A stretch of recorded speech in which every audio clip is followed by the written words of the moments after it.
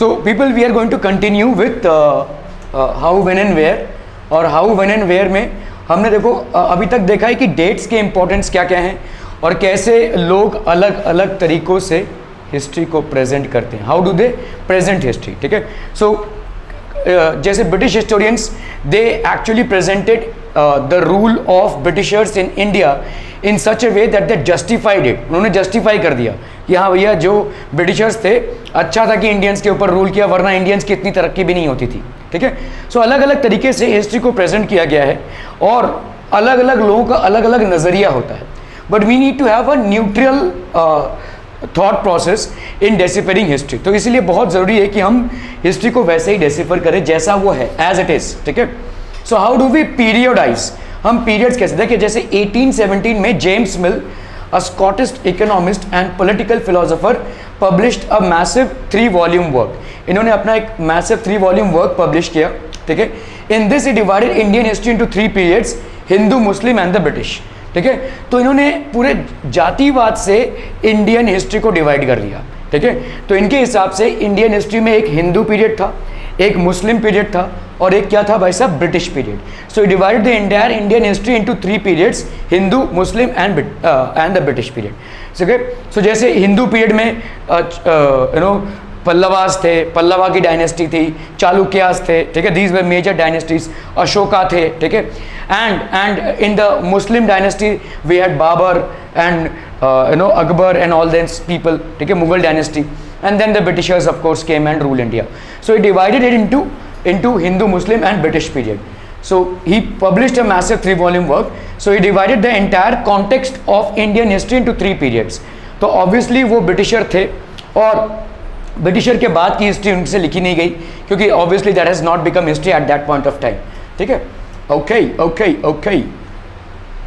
So this periodization came to be widely accepted. सब लोगों ने इसको एक्सेप्ट कर लिया कि हाँ भाई, ये जो उन्होंने किया है ये सही है, ठीक है। This was given wide acceptance amongst all philosophers and academicians, ठीक है। सारे लोगों ने इसको एक्सेप्ट किया, this period. Can you think of any problem with this way of looking at Indian history? बोलो कोई प्रॉब्लम है ऐसे अगर डिवाइड किया जाए? Is there a problem? There is a problem, right. क्योंकि देखो, क्या हिंदू पीरियड में, सोचिए समझिए इस चीज़ को, क्या हिंदू पीरियड में सब लोग हिंदू होंगे? क्या मुस्लिम्स नहीं होंगे? होंगे। क्या क्रिश्चियंस नहीं होंगे? होंगे, ठीक है। इसी तरह से मुस्लिम पीरियड में क्या सारे हिंदूज होंगे? सारे कैथलिक्स नहीं होंगे? नहीं होंगे ना, मतलब सारे दूसरे जाति के लोग भी रहेंगे, राइट। सो उसको प्रायोरिटी नहीं मिली। So this is a bad way of looking at history. Why do we try and divide history into different periods? तो हमारा ये पहली बात, तो हिस्ट्री को अलग अलग पीरियड से क्यों डिफाइन किया जाता है? क्योंकि अलग अलग पीरियड्स में अलग अलग साम्राज्य हुए और अलग अलग साम्राज्य का अलग अलग एडमिनिस्ट्रेशन का टेक्निक था। Everybody had a different technique of administering people, everybody had different technique of managing people, उनके पॉलिसीज अलग अलग थे, ठीक है। जैसे आज के इंडियन पॉलिटिकल सिस्टम में बीजेपी है या कांग्रेस है, ये ऐसे पार्टीज होते हैं which rule the entire India, ठीक है। उस टाइम पे भाई साहब डेमोक्रेसी नहीं थी, मोनार्कियल रूल्स थे, ठीक है। सो that is the purpose of dividing history. We do so in an attempt to capture the characteristics of a time, its central features as they appear to us. तो एक characteristic क्या है? मतलब ये Britishers के दौरान हुआ, ये मुगल साम्राज्य के दौरान हुआ, ये हिंदू पीरियड के दौरान हुआ, ठीक है। तो इस तरह से हम कैटेगराइज करते हैं कैरेक्टरिस्टिक्स क्या क्या थे, ठीक है। So the terms through which we periodize, that is demarcate the difference between periods, become important. तो यहाँ से यहाँ तक ऐसा इनका डायनेस्टी था, यहाँ से यहाँ तक इनका टाइम था, यहाँ से यहाँ तक इनका टाइम था, डिमार्केशन हो जाती है, ठीक है। There is a proper demarcation of the periods, okay. They reflect our ideas about the past, they show how we see the significance of the change from one period to the next. तो कैसे एक period से, एक ruler से दूसरे ruler में जब गया हमारा टाइम, तो how things changed, how policies changed, how business changed, how wars changed. तो ये सारी चीजें चेंज होती हैं, ठीक है, because it depends upon the ruler. So Mill thought that all Asian societies were at a lower level of civilisation than Europe. तो इनके हिसाब से जितने भी एशियन के सोसाइटीज थे, they were at a much lower level of civilisation than Europe. Europe से काफ़ी नीचे स्तर पे थे। मतलब इनके हिसाब से यूरोपियंस वेर मतलब फॉरमोस्ट, ठीक है, दे वेर द बेस्ट, ठीक है। और इन्होंने जब कॉलोनी इस्टेब्लिश की, जैसे फ्रेंच की कॉलोनी इस्टेब्लिश हुई, ब्रिटिशर्स ने अपनी कॉलोनी इस्टेब्लिश की, डच ने अपनी कॉलोनी इस्टेब्लिश की, सो इन्होंने अलग अलग छोटे छोटे प्रांतों में अपनी कॉलोनी इस्टेब्लिश की, and India also happen to be one of the colonies of the British Empire. So James Mill had a very prejudiced way of looking at history. उनका मतलब यही था कि Britishers were the best and Asians were very much inferior as compared to Britishers. तो उन्होंने rule किया, तो मतलब बहुत अच्छा किया इनके हिसाब से, ठीक है। Mill thought that all Asian societies including India were at a lower level of civilisation than Europe, ठीक है। According to his telling of history, before the Britishers came to India, Hindu and Muslim despots rule the country. तो despots मतलब क्या होते हैं? जो आते हैं, लूटते हैं और चले जाते हैं, आते हैं, लूटते और चले जाते हैं। तो जेम्स मिल के हिसाब से इंडिया को लूटा ही गया है, ठीक है। पहले हिंदू लोगों ने लूटा, फिर मुस्लिम्स लोगों ने लूटा, ऐसे ही, मतलब जो पावरफुल वही राजा। यहाँ पे ब्रिटिशर्स लोगों ने आकर पूरा एक सिस्टम स्टैब्लिश किया। Before that there was no system according to James Mill, okay. So that was what he believed in. Religious intolerance, उनके हिसाब से रिलीजियस इंटॉलरेंस था, मतलब एक दूसरे लोग जातिवाद से एक दूसरे के साथ फाइट कर रहे थे, ठीक है। They used to fight with each other. Caste taboos हो गया है ना, ठीक है। Caste taboos were there, superstitious practices were there, ठीक है। So this almost dominated. British rule Mill felt could civilize India. तो उन्होंने बोला कि भाई ब्रिटिश रूल ने ही इंडिया को सिविलाइज किया, वरना हम तो मारामारी में ही उलझे हुए थे, एक दूसरे के साथ मारामारी में उलझे हुए थे। काफ़ी सारे कास्ट रिलेटेड हमारे डिफरेंसेस थे, ठीक है। कोई भी आकर रूलर बन जाता था, कोई भी आकर किसी को डिफीट किया तो उसका राज हो जाता था, ऐसा चलता था इंडिया, ठीक है। तो प्रॉपर सिस्टम इंडिया में लैगिंग था। To do this it was necessary to introduce European manners, ठीक है, आर्ट्स, इंस्टीट्यूशंस, ठीक है, एंड लॉज। तो ये सारी चीज़ें जो हैं तो यूरोप से आई थी, ठीक है। हमारे पास पहले अकॉर्डिंग टू जेम्स मिल ये सारी चीज़ें थी ही नहीं, हमारे अंदर इन चीज़ों के लिए कोई सेंस नहीं था, ठीक है। We didn't have any manners, we didn't have any respect for art, we didn't have any institutions, ठीक है, we didn't have any laws, जबकि सारे गलत हैं, ठीक है। हमारी एक अलग सभ्यता और संस्कृति पहले से ही थी, ठीक है। और हमारे काफ़ी सारे, for example one of the most learned institutes of that India ever produced in the historic times was Nalanda university. उस नालंदा यूनिवर्सिटी में बिहार में जो था, बहुत दूर दूर प्रांत से लोग आते थे पढ़ने के लिए, ठीक है। That was such established institute. Laws हम नहीं मानते थे, ऐसा ब्रिटिशर्स बोल रहे हैं, ऐसा जेम्स मिल बोल रहे हैं। तो James Mill has done what, he has justified the rule of the Britishers in India, because according to him neither the Indians nor any Asian country was actually equipped to handle the country on its own. We lacked manners, we lacked any sense for laws, we didn't have proper institutions to give skill set trainings, and we had no knowledge of arts as well, ठीक है। So in India ऐसा था। Mill in fact suggested that the British should conquer all the territories in India to ensure the enlightenment and happiness of the Indian people. So according to Mill, भाई साहब पूरे India में Britishers का ही rule होना चाहिए, ठीक है, ताकि लोगों को कुछ सबक मिले हमसे, ठीक है। He considered the Europeans or the Britishers to be of a superior class, having much better understanding about basic things of laws, institutions, ठीक है, manners, ठीक है, इसके बारे में उनको ज़्यादा आता है, और इसीलिए शायद पूरे भारतवर्ष में उनका ही रूल होना चाहिए according to James Mill. Enlightenment मतलब लोगों को जागरूकता करना, ये कि भाई ये है आपका life, and the happiness of the Indian life, ठीक है। सो इसके लिए उन्होंने बोला कि हाँ ब्रिटिशर्स आए, अच्छा हुआ इंडिया के लिए। For India was not capable of progress without British rule, that's what James Mill felt. अभी जेम्स मिल ब्रिटिशर हैं तो वो उन्हीं के दृष्टि से हमको देखेंगे, राइट। Britishers came to rule over India, to exploit India, to drain India of its natural resources. So obviously their thought process was obviously to loot and plunder India, ठीक है। तो जेम्स मिल का भी वही थॉट प्रोसेस था कि भाई Indians capable नहीं है अपने आप को हैंडल करने में, इसीलिए हमारा इंटरफेरेंस ज़रूरी है। इनको हमें सिखाना पड़ेगा कि कैसे एडमिनिस्ट्रेशन किया जाता है, कैसे एक देश को चलाया जाता है। These are things that they need to learn from us. That's what James Mill and historians of his time and in his country felt, ठीक है। So how do we periodise in this In this idea of history, British rule represented all the forces of progress and civilization. तो जैसे देखो सबसे पहले industrial revolution जो हुआ, मतलब इंडस्ट्रीज का सेटअप होना. देखो पहले कैसा हुआ करता था कि मैंने तुम्हारे लिए एक जूता बना दिया, ठीक है, कोई कॉबलर है, कॉबलर मतलब जो जूता बनाता है, तो तुम्हारे लिए मैंने पर्सनलाइज्ड एक जूता बना दिया, तुमने मेरे को पैसा दिया, ठीक है. अभी आती है बाटा कंपनी या नाइकी शू कंपनी, ये लोग बहुत बड़े मास में, वो किसी एक इंसान के लिए प्रोडक्ट नहीं बना रहे हैं, वो इंडस्ट्री है, वो तमाम लोगों के लिए जूते बना रहे हैं अलग अलग साइजेस के, ठीक है. सो that is basically an industry. क्या ये समझ में आ रहा है? पहले भी नीड्स एंड रिक्वायरमेंट्स पूरे होते थे, लेकिन बहुत स्मॉल स्केल में पूरे होते थे. अभी नीड्स एंड रिक्वायरमेंट्स पूरे हो रहे हैं कैसे? इंडस्ट्री स्टैब्लिश करके, मतलब मास प्रोडक्शन हो रहा है, और ये स्टैब्लिश हुआ ब्रिटिशर्स के द्वारा, ठीक है. So Britishers started an industrial revolution. They started setting up industries in British. और कैसे कर रहे थे ये इंडस्ट्रीज? बेसिकली ब्रिटिशर्स के अंडर में बहुत सारे कॉलोनियल एम्पायर्स थे, इंक्लूडिंग दैट ऑफ इंडिया. तो ये कॉलोनीज से रॉ मटेरियल्स लेकर जाते थे अपने इंडस्ट्रीज में, उसका फिनिश्ड प्रोडक्ट्स बनाते थे और उसी को हमें बेचते थे. फॉर एग्जांपल कॉटन इंडिया में प्रोड्यूस करवाते थे, ये ज़बरदस्ती का लेकर जाते थे ब्रिटिश में, ठीक है, ग्रेट ब्रिटेन में, वहाँ पे वो क्लॉथ्स प्रोड्यूस करते थे और सॉरी और उन्हीं क्लॉथ्स को वो यहाँ पे बेचते थे. They use to sell those clothes in India itself, ठीक है. So these were different things that were there, ठीक है.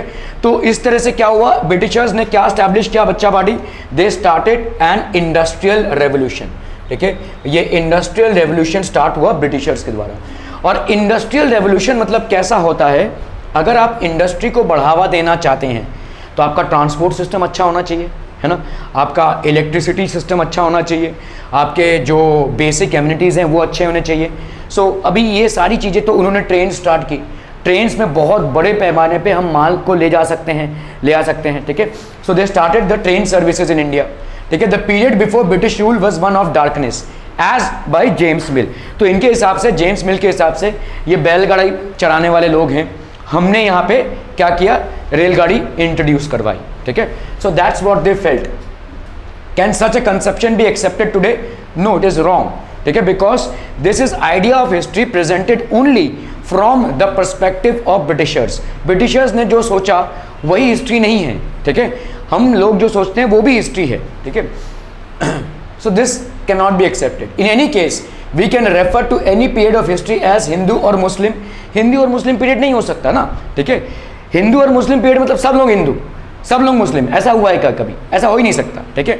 सो दिस पीरियडाइजेशन, जैसे हिस्ट्री को डिवाइड किया जेम्स मिल ने इन इंडिया में Hindu, Muslim and British period में, दिस इटसेल्फ वाज रॉन्ग, ठीक है. And the thought process that India progressed because of Britishers is also wrong. Is India under British rule today? No. But is it progressing? Yes, ठीक है. तो भाई progress का जिम्मेदार तो मतलब अभी इंडिया विदाउट ब्रिटिश रूल भी प्रोग्रेस कर रही है, ठीक है. Okay, so that's a basically wrong conception. Did not a variety of faiths exist simultaneously in these periods? Obviously her period में सारे धर्म के लोग एग्जिस्ट करते हैं, को एग्जिस्ट करते हैं, ठीक है. So did not a variety of faiths exist simultaneously? ये सारे साइमल्टेनियसली एग्जिस्ट करते हैं, ठीक है. Variety of faiths exist simultaneously. Why should we characterize an age only through the religion of the rulers of the time, ठीक है. तो हम एक एज को सिर्फ और सिर्फ रिलीजन ऑफ द रूलर्स में ही क्यों इस्टेब्लिश करें, ठीक है. सो that is a wrong perception. To do so is to suggest that the lives and practices of others do not really matter. तो मतलब आप किसी को प्राथमिकता दे ही नहीं रहे. अगर आप बोल रहे हैं हिंदू पीरियड है तो मतलब मुस्लिम लोगों का कोई उसमें योगदान ही नहीं है, मुस्लिम लोग इमटेरियल हो जाते हैं. अगर आप बोल रहे हैं मुस्लिम पीरियड है तो मतलब हिंदू लोग इमटेरियल हो जाते हैं. अगर आप बोल रहे हैं ब्रिटिश पीरियड है तो दोनों हिंदू मुस्लिम इमटेरियल हो जाते हैं, ठीक है. If we say that this is one particular period of one community, obviously the people of other community will be neglected and not considered at all, ठीक है. So to do so is to suggest that the lives and practices of the others do not really matter. We should also remember that even rulers in ancient India did not all share the same faith. अभी अलग अलग rulers हुए हैं, अलग अलग faiths हुए हैं. अशोका ने जैसे बुद्धिज्म को अप्लाई किया, ठीक है, चालुक्यास थे, पल्लवास थे, ठीक है, अकबर हुए, तो ये सारे तमाम लोग हुए और तमाम लोगों ने अलग अलग रिलीजन था, अलग अलग रिलीजन थे। ऐसा नहीं कि अकबर के टाइम पे पूरा ही मुगल साम्राज्य था, उसमें हिंदू साम्राज्य के भी बहुत सारे लोग थे, ठीक है। और ऐसा भी नहीं कि अकबर के समय पे जो मुगल डायनेस्टी थी वो पूरे इंडिया में विस्तारित थी, और भी अलग अलग निज़ाम वगैरह हुआ करते थे जो अलग अलग इंडिया के प्रांतों में रूल कर रहे थे, ठीक है। So we should also remember that even rulers in ancient India did not all share the same faith, सबका सेम फेथ नहीं हुआ करता था एंशियंट इंडिया में भी, ठीक है। Moving away from British classifications, historians have usually divided Indian history into ancient Indian history. Ancient Indian history मतलब एकदम मोहनजोदारो, हड़प्पा, एकदम बहुत पुरानी हिस्ट्री, ठीक है, बहुत बहुत पुरानी हिस्ट्री, ठीक है। तो एंशियंट इंडियन हिस्ट्री जहाँ पे हमने लैंग्वेज को भी अभी तक डिकोड नहीं कर पाए हैं, ठीक है। So many of the coins and many of the inscriptions in ancient Indian history have been written in a language which has still not been depicted, मतलब हम उसको डिकोड नहीं कर पाएंगे किस भाषा में बात कर रहे थे या कौन सी लिपि में ये लिखा गया है, एकदम एंशियंट हिस्ट्री, ठीक है। That is basically ancient Indian history, ठीक है। मेडिवल हिस्ट्री, मेडिवल हिस्ट्री मतलब ये अकबर, फिर मुगल साम्राज्य और बाकी उस टाइम पे जितने भी लोग थे उस टाइम का हिस्ट्री, ठीक है, that is called the medieval history. And the third one is modern history, जब हमारा फ्रीडम स्ट्रगल हुआ, हम ब्रिटिशर्स के खिलाफ लड़े, गांधी और नेहरू और बाकी सब लोगों ने मिलकर एक फ्रीडम मूवमेंट किया, जब इंडिया को फ्रीडम दिलाया, and so on and so forth. So ये इस तरीके से एंशियंट, मेडिवल एंड मॉडर्न में डिवाइड किया गया। तो फिर से रिकैप, जेम्स मिल ने जो डिवाइड किया था वो था Hindu, Muslim and British period में, and that was basically a wrong way of depicting history, ठीक है। So the now the historians have divided Indian history into ancient, medieval and modern, ठीक है। एंशियंट मतलब एकदम पुराना, ठीक है। मेडिवल मतलब जब जैसे अकबर का ज़माना या शिवाजी महाराज, ठीक है। और मॉडर्न मतलब ये ज़माना, ठीक है, जहाँ पे हमने ब्रिटिशर्स से अपने आप को मुक्त किया, ठीक है। The division two, this division too has problems. It is a periodization that is borrowed from the West, where the modern period was associated with the growth of all forces of modernity. ये भी एक borrowed concept है, ठीक है। तो अभी जो waste में हिस्ट्री को डिवाइड किया गया है वहाँ पे भी ऐसे ही डिवाइड किया गया है, लेकिन वेस्ट में मॉडर्नाइजेशन मतलब बहुत सा साइंस का इन्फ्लुएंस चालू हो गया, ठीक है। साइंस के बहुत सारे इन्फ्लुएंस हो गए और साइंस इंडिया में उतने टाइम पे डेवलप नहीं हुआ था। जैसे जब हम ब्रिटिशर्स के साथ फाइट कर रहे थे, we were not that scientific in nature, ठीक है। हमारा मुद्दा तक क्या था कि हम कैसे भी तरीके से हम अपना रूल लाएं और ब्रिटिशर्स को भगाएं। We were not that modern, ठीक है। सो मॉडर्न हिस्ट्री अगर हम बोल रहे हैं इंडिया के लिए, it means the fight for nationality and fight to gain freedom from the Britishers, ठीक है। ये था मॉडर्न हिस्ट्री। लेकिन modern history in terms of world perspective काफ़ी सारी डिस्कवरीज हो रही थी साइंस में, काफ़ी सारे उल्लेखनीय काम हो रहे थे, ठीक है। तो science, reason, democracy, liberty, equality, ये सब दूसरे कंट्रीज में डेवलप हो रहा था ड्यूरिंग मॉडर्न टाइम्स, ठीक है। Medieval was a term use to describe a society where this features of modern society does not exist. यहाँ पे वो सब एग्जिस्ट करते ही नहीं थे, रीजन एग्जिस्ट नहीं करता था, रिलीजियस फंडामेंटलिज्म एग्जिस्ट करती थी, ठीक है। लोग ज़्यादा करके रिलीजन को मानते थे, पोप को मानते थे या किसी मौलवी को मानते थे या किसी पंडित को मानते थे, तो रीजन या साइंस को डिस्कार्ड किया जाता था। Can we uncritically accept this characterisation of the modern period to describe the period of our study? ये भी पूरा सही नहीं है, ठीक है। Under British rule people did not have equality. तो अगर आप बोलोगे मॉडर्न हिस्ट्री मतलब जब इंसान रीजन के साथ चल रहा हो, जब इंसान लॉजिक लगा रहा हो, जब इंसान साइंस लगा रहा हो, लेकिन ये सब चीज़ों का डेवलपमेंट अंडर ब्रिटिश रूल हुआ ही नहीं था, ठीक है। So it's not justified. This classification of Indian history into ancient, medieval and modern still is not justified, ठीक है। This is not justified. नींद आ रही है तुमको बहुत जोर से? हाँ, इक्वालिटी, फ्रीडम। तो under the British rule people did not have equality और फ्रीडम। इनको भाई साहब इक्वालिटी भी नहीं थी, फ्रीडम भी नहीं थी, लिबर्टी भी नहीं थी, इकोनॉमिक ग्रोथ एंड प्रोग्रेस भी नहीं था, ठीक है। This were not there. तो हम कैसे, देखो एक दूसरा कंट्री है जिसमें लोग रीजन से चल रहे हैं, जिसमें डेवलपमेंट हो रहा है, जिसमें लोग साइंस से चल रहे हैं, और एक हमारा कंट्री है उस टाइम पे हम ब्रिटिशर्स से जूझ रहे हैं। लेकिन यहाँ पे भी हमने इसको मॉडर्न हिस्ट्री बोला, इसके भी मॉडर्न हिस्ट्री बोला, लेकिन तराजू का पल्ला एक तो नहीं हुआ, है ना। इनके पास अपनी डेमोक्रेसी है, अपना गवर्नमेंट है, अपना साइंस है, अपना रीजन है। हमारे पास अभी तक अपना रूल ही नहीं था, ठीक है। तो हम मॉडर्न हिस्ट्री भले ही इसको बोले, लेकिन मॉडर्न हिस्ट्री के जो फीचर्स होते हैं they didn't exist for us, they didn't exist for us. Are we clear on this one people, ठीक है। तो भले ही अभी हमारे पास और कोई चारा नहीं बचता है, but too many historians therefore refer to this period as colonial, क्योंकि India was a part of the British colony, hence we refer to this rule as colonial. Are we clear on this one people? Colonial rule मतलब समझ में आता है, ठीक है, okay. What is colonial, ठीक है, what is colonial? In this book you will read about the way that British came to conquer the country. किस तरह से ब्रिटिशर्स ने establish their rule subjugating local nawabs and rajas, ठीक है। धीरे धीरे उन्होंने क्या किया, पूरे इंडिया में पहले आए थे बिजनेस करने के लिए, लेकिन इन्होंने देखा कि आपस में ही हम इतना लड़ रहे हैं, तो why not control the entire India, why not rule over the entire India. So धीरे धीरे उन्होंने पूरे इंडिया में अपना कंट्रोल विस्तार किया, ठीक है, because they saw that people और रादर तभी इंडिया एक कंट्री नहीं थी, ठीक है। India was not a country, India was divided into many kingdoms, ठीक है। अलग अलग किंगडम्स थे, मुगल किंगडम था, मराठा किंगडम था, कहीं पे नवाब थे, ठीक है। तो ये सारे गुटों में इंडिया बटा हुआ था और कांस्टेंट फाइट्स हो रही थी। इसी का फ़ायदा ब्रिटिशर्स ने उठाया। हमारे राजाओं के बीच में तो फाइट हो ही रही थी टेरिटरी को लेकर, बाकी हमारे बीच में रिलीजन को लेकर फाइट हो रही थी, फाइट ही फाइट थी भाई साहब, ठीक है।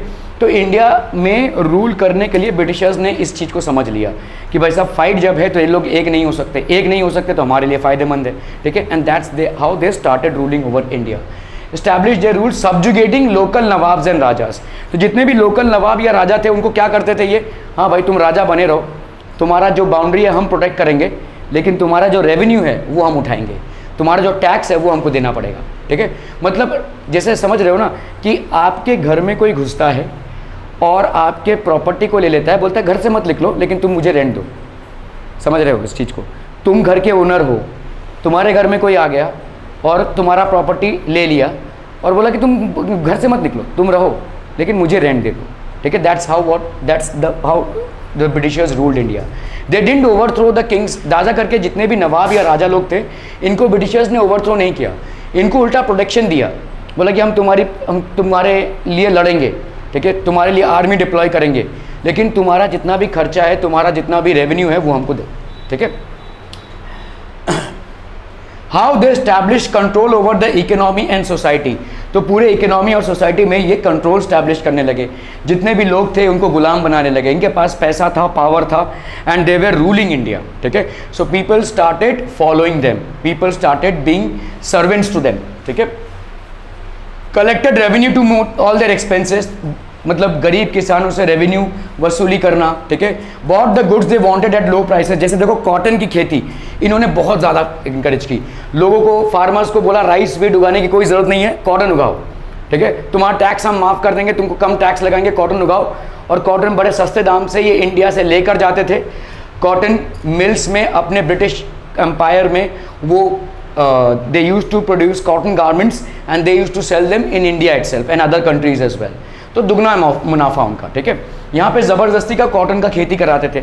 अभी कॉटन का खेती जो है उसमें प्रॉब्लम क्या है कि कहीं कहीं पे, जैसे Maharashtra soil is very ideal for cotton growth, लेकिन पंजाब का soil is ideal for wheat growth, ठीक है। बंगाल का soil is ideal for rice growth. तो वहाँ पे ये सब ना होगा कि नहीं वहाँ पे भी कॉटन होगा ज़बरदस्ती का, ठीक है। That's how Britishers treated the Indians. Bot the goods they wanted at low prices, produce crops they needed for export. तो इन्होंने वही फार्मर्स से देखा, इंडिया एक बेसिकली एग्रियन इकोनॉमी है, एग्रियन इकोनॉमी मतलब एग्रीकल्चर पे चलता है। तो इन्होंने फार्मर से वही चीज़ की फार्मिंग कराई जिस चीज़ को इनको ज़रूरत थी, जो इनके लिए रॉ मटेरियल था। They use to make the farmers produce crops which served as raw materials for their own production, ठीक है, for their own production. The changes that came about as a consequence. अभी देखो यहाँ पे बहुत बड़ा मिल चलने लगा इनका, तो मतलब ब्रिटिशर्स लोगों का तो बहुत बड़े बड़े इंडस्ट्रीज उन्होंने एस्टैब्लिश कर दिए और बहुत कम भाव में वो रॉ मटेरियल्स इंडिया से लेकर जाते थे और फिनिश्ड गुड्स प्रोडक्ट्स करते थे। In this book you will read about the changes British rule brought about in values and taste, customs and practices, ठीक है। तो लोगों का लाइफस्टाइल कैसे चेंज हुआ ब्रिटिशर्स के अंडर में, कैसे उनका वैल्यूज चेंज हुआ लाइफ के प्रति, कैसे कस्टम्स एंड प्रैक्टिसेस चेंज हुए. For example Sati was band in India in 1829 by William Benedict. Now who was William Benedict? He was basically the viceroy of India. Viceroy मतलब एक type से आप मान लो कि ब्रिटिशर्स क्या करते थे, एक गवर्नर जनरल, एक पहले तो वाइसरॉय हुआ करते थे, उसके बाद गवर्नर जनरल हुआ करते थे. ठीक है, वाइसरॉय या गवर्नर जनरल को इन लोग इंडिया के इंचार्ज में रखते थे. He was basically the ruler. He used to decide how the Britishers would rule in India. तो विलियम बेनेडिक्ट को राजा राम मोहन रॉय और कुछ सोशल एक्टिविस्ट लोगों ने अप्रोच किया एंड उस टाइम पे सती प्रथा चलती थी. Are you aware what is sati pratha? ठीक है, मतलब अगर हस्बैंड मर जाता है तो वाइफ को भी उस चिता में झोंक दिया जाता है जिंदा. ठीक है, तो that was practised in India during that time and William Benedict basically abolished it. तो जो भी ये प्रथा में इन्वॉल्व होगा या जो भी ये कुप्रथा करेगा उसको अरेस्ट कर लिया जाएगा और उसको मार भी दिया जाएगा, ऐसा उन्होंने basically he proposed it in 1829. ठीक है, सो दिस वाज गुड कि भाई हमारे सोसाइटी में एक ईविल कस्टम चल रहा था जिसको ब्रिटिशर्स ने ठीक किया. ठीक है, एक लॉ लाकर ठीक किया और बैन किया. When the subjugation of one country by another leads to these kinds of political, economic, social and cultural changes, we refer to the process as colonization.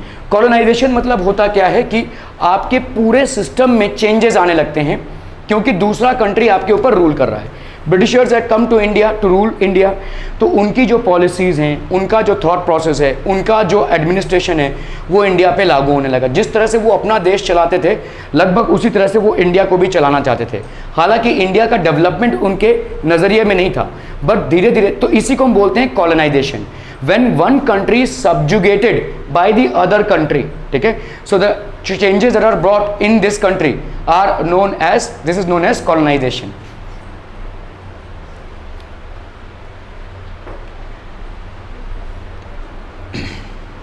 MNR वाले थके हुए हैं कि आप लोग कितने बजे से स्कूल से आए हो? हाँ, दोनों सो रहे हो बैठ के, दोनों. खड़े हो जाओ, 2 मिनट के लिए खड़े हो जाओ, फिर नींद उड़ जाएगी. नहीं, तू भी खड़े हो जा, चलो खड़े हो जाओ, फटाफट फटाफट. Stand up stand up stand up. नहीं मैंने देखा ना. हाँ, खड़े रहो, जब नींद उड़ जाएगी तब बैठ जाना. ठीक है, okay. So this is basically our past. That is why the book is called our past in the plural. ठीक है, how do we know? What sources do historians use in writing about the last 250 years of Indian history? क्या क्या sources हैं? देखो, अभी history तो लिख दी, लेकिन हिस्ट्री के लिए इन्फॉर्मेशन चाहिए. इन्फॉर्मेशन का सोर्स क्या होगा? जैसे अगर तुम्हें कोई सब्जेक्ट समझ में नहीं आ रहा है तो तुमने जाकर यूट्यूब में कोई चैनल देख लिया. ठीक है, तो वो तुम्हारे लिए सोर्स हो गया, नॉलेज का सोर्स हो गया. तुम्हें कोई टॉपिक समझ में नहीं आ रहा है, तुमने कोई रेफरेंस बुक से वो टॉपिक को पढ़ लिया, तो वो तुम्हारे लिए क्या हो गया? That becomes your source. ठीक है, so these are basically what your sources of knowledge. तो हिस्ट्री लिखने के लिए भी भाई साहब कोई सा सोर्स चाहिए ना. हिस्टोरियंस को कहाँ से सोर्स मिला? Where do they get this source from? So what sources do historians use in writing about the last 250 years of Indian history? तो हमारे लास्ट 250 ईयर्स में in 1946 the colonial government in India, what was the colonial government? The British government. ठीक है, was trying to put down a mutiny that broke out on the ships of the Royal Indian Navy. ठीक है, here is sample of the kind of reports the Home Department got from the different dockyards. तो अभी क्या हो रहा था उस time पे 1946 में जो हमारे सी पॉइज थे, सी पॉइज मतलब जो नेवी गार्ड होते हैं, उन लोगों ने म्यूटिनी कर दी, रिबेल कर दिया. मंगल पांडे किसी ने मूवी देखी है क्या? नहीं. ओके, तो बेसिकली होता क्या है, तो ये सारे म्यूटिनी पे, रिबेल पे उतर आए. ठीक है, ब्रिटिशर्स के अगेंस्ट में. तो एक एग्जाम्पल है ये. ठीक है, तो बॉम्बे में, कराची में एंड विशाखापट्टनम. ठीक है, ये बेसिकली 3 पोर्ट्स हैं इंडिया में. तभी कराची भी इंडिया का पार्ट हुआ करता था, अभी तो पाकिस्तान में है. तो इन सब जगहों पे म्यूटिनी होने लगी, मतलब दे स्टार्टेड रिबेलिंग. सो बॉम्बे में हुआ क्या? Arrangements have been made for the army to take over the ships and establishment. Royal navy ships are remaining outside the harbour. ठीक है, तो रॉयल नेवी के शिप्स जितने भी थे वो हार्बर के आउटसाइड. कराची में क्या डेवलपमेंट हुआ? 301 mutineers are under arrest and a few more strongly suspected are to be arrested. All establishments are under military guard. तो पूरे को कब्जा कर लिया गया मिलिट्री गार्ड में. ठीक है, and what happened in Visakhapatnam? The position is completely under control and no violence has occurred. Military guards have been placed on ships and establishment. No further trouble is expected except that a few men may refuse to work. तो अभी देखो ये जितने भी इनके ports हैं, इन्होंने reports दी अपने गवर्नमेंट को कि हाँ बम्बई में ये हो रहा है, कराची में ये हो रहा है, विशाखापट्टनम में ये हो रहा है। तो ये इन्फॉर्मेशन एडमिनिस्ट्रेशन को मिला, किसको? रॉयल एडमिनिस्ट्रेशन को, ब्रिटिश को, ठीक है, कि यहाँ पे इस पोर्ट में ये हो रहा है, इस पोर्ट में ये हो रहा है, इस पोर्ट में, बस यही बन गया सोर्स ऑफ हिस्ट्री, ठीक है। The information which was given to them by these port authorities to the Britishers became the source for history. समझ में आ रहा है? सोर्स ऐसे बनता है धीरे धीरे, ठीक है। That's how source is establish. One important source is the official records of British administration, ठीक है। The British believed that the act of writing was important, ठीक है। तो Britishers believed that the act of writing was important, इसीलिए, ठीक है, उन्होंने जितने भी अपने रूल के दौरान, देखो हमने पहले से लिखा नहीं है चीज़ों को, ठीक है। जैसे मैंने जितने भी हमारे रूलर्स हुए थे, they have not written what was happening, but Britishers were keeping a record of everything that was happening in India under their rule. तो जो भी डिसीजंस लिए जा रहे थे वो सब का रिकॉर्ड उन्होंने मेंटेन किया और यही रिकॉर्ड हिस्ट्री का सोर्स बन गया। हमारे रूलर्स जो थे, पहले के rulers, they hardly use to maintain records, बहुत कम ही रिकॉर्ड मेंटेन किया जाता था, जिसके वजह से हमको ज़्यादा सोर्स मिला नहीं, ठीक है। But Britishers were keeping a record of all ever events were happening under their viceroys and governor rules in each and every province in India, ठीक है। So they were good at record keeping, because of which, ठीक है, we have a lot of information about each and every event that happened under the British rule in India, इसीलिए हमको काफ़ी सारा information मिलता है, ठीक है। एवरी इंस्ट्रक्शन प्लान, ये देखिए इंस्ट्रक्शन है, प्लान है, ठीक है, ब्रिटिश गवर्नमेंट ने क्या किया, पॉलिसी डिसीजन, ठीक है, क्या पॉलिसी डिसीजन लिया गया ब्रिटिश गवर्नमेंट के द्वारा, क्या एग्रीमेंट किया गया, what was the agreement that was established, ठीक है, ठीक है, व्हाट, क्या इन्वेस्टिगेशन किया गया, कोई इवेंट हुआ है तो उसके ऊपर इन्वेस्टिगेशन, जैसे पुलिस इन्वेस्टिगेशन करती है, कोई क्राइम हुआ है तो कोई इवेंट हुआ है तो उस पर क्या इन्वेस्टिगेशन, ये बड़े स्ट्रक्चर्ड वे में ब्रिटिशर्स लोग करते थे और हर चीज़ का डॉक्यूमेंटेड फॉर्मेट रखते थे, जिसके वजह से हिस्टोरियंस को फटाफट चीज़ें मिल गई Indian history, specially modern history को डिपिक्ट करने के लिए। मॉडर्न हिस्ट्री के सारे इवेंट्स ऑलमोस्ट रिकॉर्डेड थे, ठीक है, almost recorded, had to be clearly written up. तो सारी चीज़ें जो भी ब्रिटिशर्स के द्वारा की जा रही थी इंडिया में during that time, were clearly documented. Once this was done, things could be properly studied and debated. तो अब अभी हमारे पास काफ़ी सारा इन्फॉर्मेशन है ना। जैसे आज की तारीख में आप सुन रहे होगे chat GPT, has everybody heard about it? Chat GPT basically एक ऐसा चीज़ है जिसमें आप सिर्फ टाइप करोगे तो सारा इन्फॉर्मेशन आ जाएगा उस चीज़ के बारे में, everything, almost like Google, better than Google. I am not comparing out here, but what I am trying to say here is कि किसी चीज़ का इंफॉर्मेशन इतना फीड कर दिया गया है कि आपको A से Z तक जितना कुछ जानना है उस चीज़ के बारे में वो आप जान सकते हैं with in the click of a button, ठीक है। सो उस तरह से ब्रिटिशर्स लोगों ने भी अपने सारे कारनामों और करतूतों का, जब वो इंडिया में थे, इतना इफेक्टिवली रिकॉर्ड मेंटेन किया था कि once this was done, things could be properly studied and debated. तो सारी चीज़ों को प्रॉपरली स्टडी और डिबेट किया जाने लगा, ठीक है।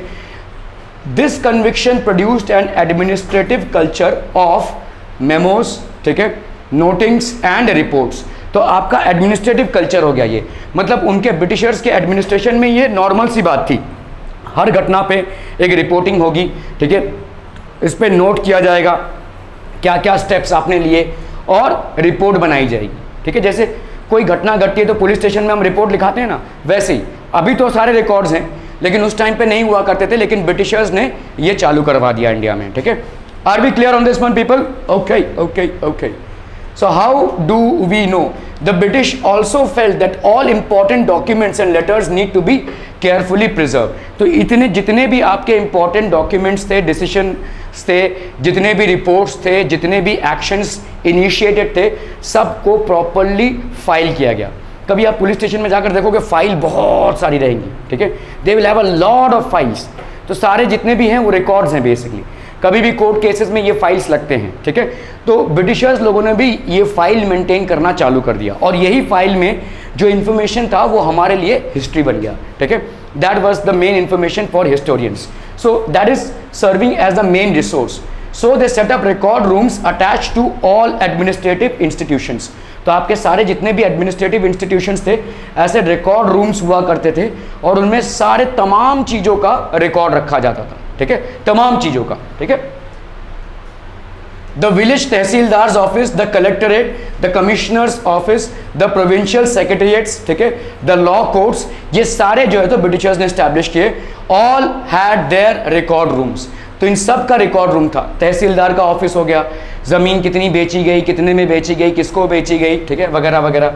कलेक्ट्रेट, कितना रेवेन्यू कलेक्ट हुआ, किसने रेवेन्यू में डिफ़ॉल्ट किया, उसको कितना फ़ाइन मारा गया, उसकी ज़मीन जब्त हुई या नहीं, ठीक है। कमिश्नर का ऑफिस, कमिश्नर का ऑफिस, कितने क्राइम्स हुए, किसने ब्रिटिशर्स के अगेंस्ट क्राइम किया, क्या सज़ा मिली उसको, क्या हम उसको पकड़ पाए, नहीं पकड़ पाए तो उसके बारे में क्या इन्फॉर्मेशन है। The provincial secretaries, the law courts, क्या क्या डिसीजंस हुए हैं, इन सब चीज़ों का एक अलग अलग रिकॉर्ड रूम बनने लगा, ठीक है। Specialised institutions like archives and museums were also established to preserve important records, तो अलग अलग archives and institutions were established. Archives मतलब समझते हैं ना, जहाँ पे रिकॉर्ड रखा जाता है सारी चीज़ों का, ठीक है।